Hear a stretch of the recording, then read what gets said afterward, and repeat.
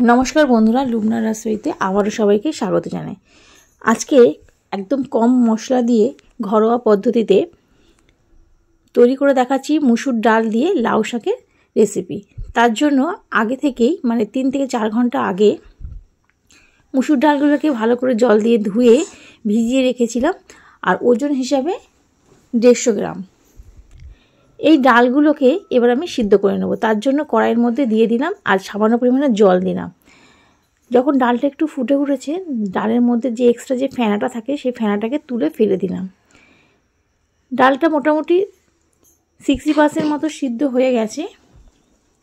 তখন এর মধ্যে দিয়ে দিলাম রঙের জন্য হলুদের গুঁড়ো আর কাঁচা লঙ্কা, মানে দুটো চেরা কাঁচা লঙ্কা। সব কিছু ডালের মধ্যে ভালো করে মিশিয়ে আগে থেকে কেটে ধুয়ে রাখা লাউ শাকের ডান্ডিগুলোকে দিয়ে দিলাম।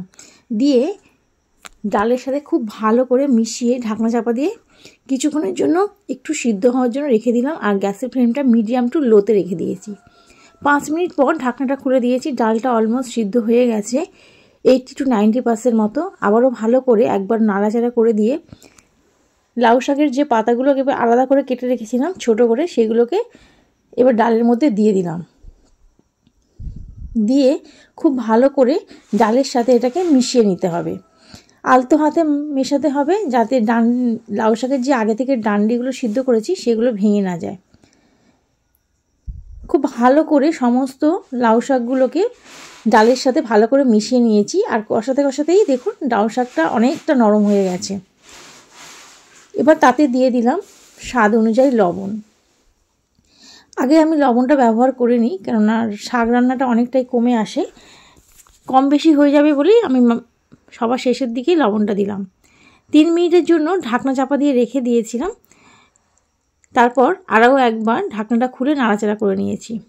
অন্য একটা কড়াই বসিয়ে দিয়েছি, তাতে দিয়ে দিলাম পরিমাণ মতো সর্ষের তেল। যেহেতু এটা আমি একদম সাধারণ ঘরোয়া উপকরণ দিয়ে করছি, মানে ঘরোয়া পদ্ধতিতে কম মশলায়, সেই জন্য তেলের পরিমাণটা খুব বেশি রাখিনি।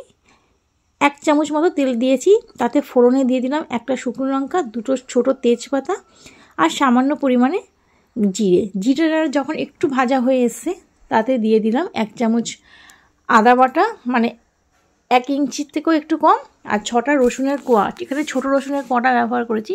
একটু থেতো করে ডালের মধ্যে দিয়ে ভালো করে মিশিয়ে নিচ্ছি যতক্ষণ না রসুন থেকে একটা মিষ্টি গন্ধ ছাড়তে শুরু করে। তারপর সামান্য পরিমাণে একটু পেঁয়াজ ব্যবহার করলাম। দিয়ে ফোড়নটা একটু ভাজা হয়ে আসলে তখন আগে থেকে সিদ্ধ করে রাখা মুসুর ডালের সাথে লাউ শাকটা দিয়ে দিলাম। দিয়ে খুব ভালো করে চামচের সাহায্যে একটু মিশিয়ে নিচ্ছি। রান্নাটা আমার একদমই হয়ে এসেছে। তো আজকের আমার এই রেসিপিটা কেমন লাগলো অবশ্যই কমেন্টে জানাবেন। ভালো লাগলে চ্যানেলটাকে সাবস্ক্রাইব করবেন, পাশে থাকা বেল আইকনটি প্রেস করবেন। এবার সামান্য পরিমাণে একটু কড়াটা ধুয়ে জল দিয়ে দিলাম, উপর থেকে দিয়ে দিলাম ধনেপাতা কুচি আর একটু দিয়ে দিলাম এখানে ভাজা মশলা, যেটা ঘরোয়াভাবে তৈরি করে রেখে থাকি আমি।